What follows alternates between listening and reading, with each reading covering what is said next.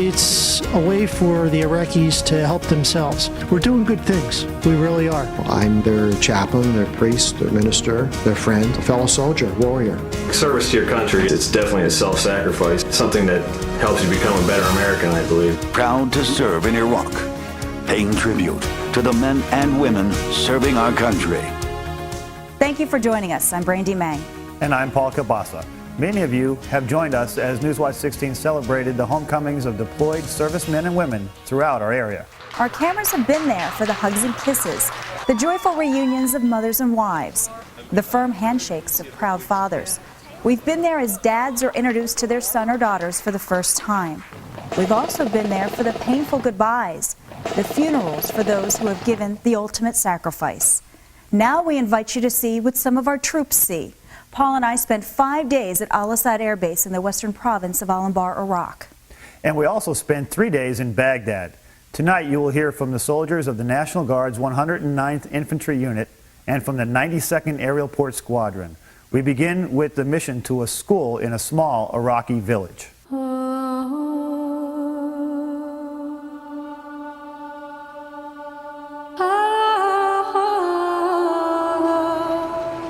About 100 miles west of Baghdad and just south of the Euphrates River is Al Asad Air Base.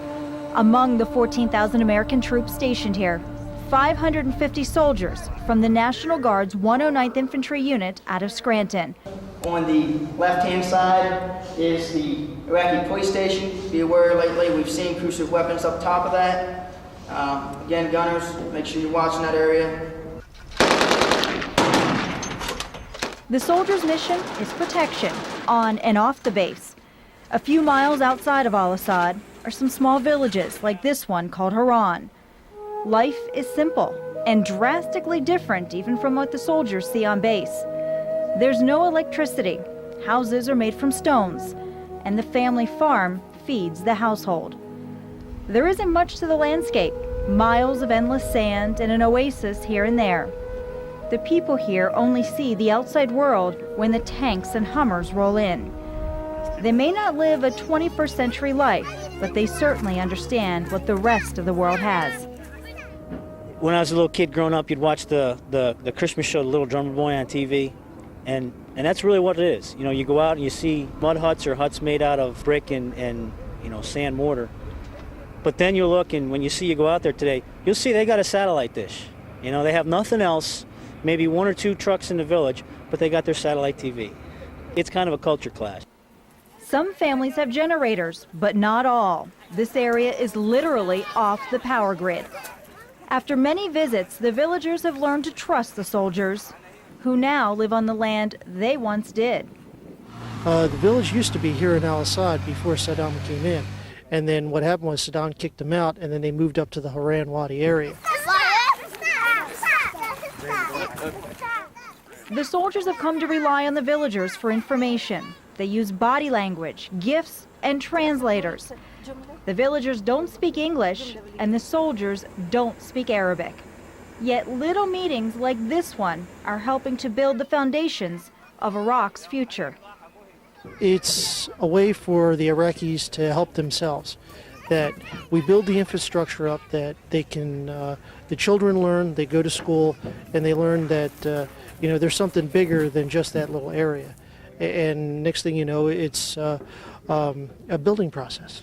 If we don't start interacting closely with the current generation and the young generation that's growing up, there's no way that Iraq is going to be a stable nation and we're going to be able to get out of here and not have to come back.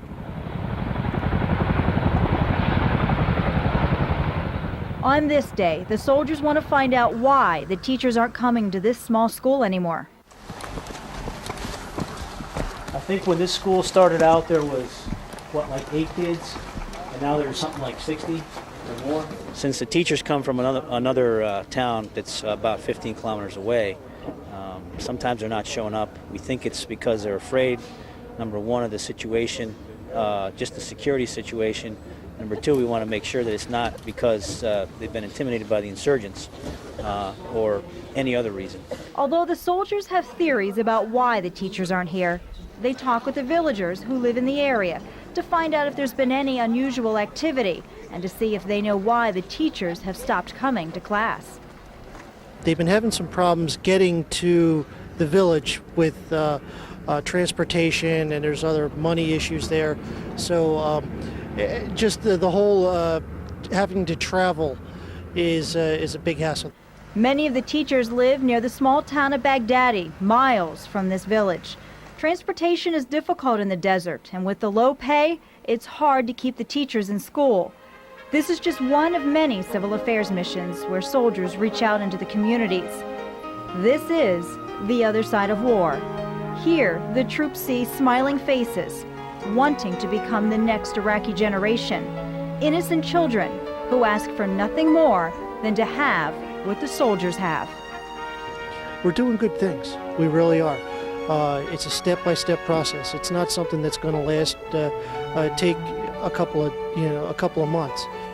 We're here for the long haul to make sure that we can turn the government back over to the Iraqi people and that it'll sustain itself.